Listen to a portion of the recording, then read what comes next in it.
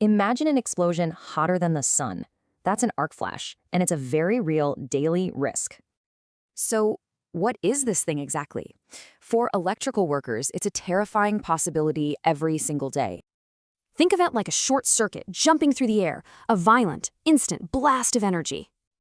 The fallout is just devastating. We're talking severe burns, destroyed equipment, or even worse. So what triggers them? Well, it's often faulty equipment or just simple accidental contact.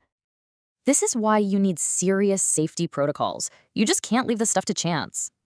There's something called a protection boundary. Inside that zone, special gear isn't optional, it's mandatory. But how do you choose the right level of protection? It's definitely not a one-size-fits-all deal. You can see how it scales up. As the risk gets higher, the gear has to get much stronger. So, for companies that need to outfit their teams, where do they turn? To a direct manufacturer. And this is where a company like Medlooms steps in, making gear for these high-risk U.S. industries. They make the whole range of clothing, from shirts and pants to full-body coveralls and jackets. And this gear is built tough. It's truly engineered to handle the wear and tear of daily industrial work. But it's also got to be comfortable, right? Protection can't get in the way of doing the job.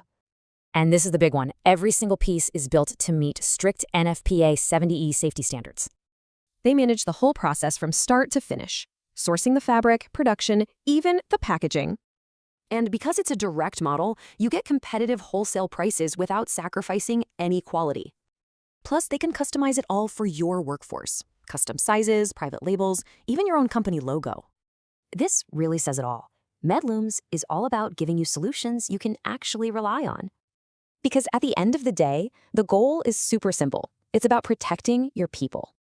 So, the real question for any safety manager out there is, does your team have the protection it needs?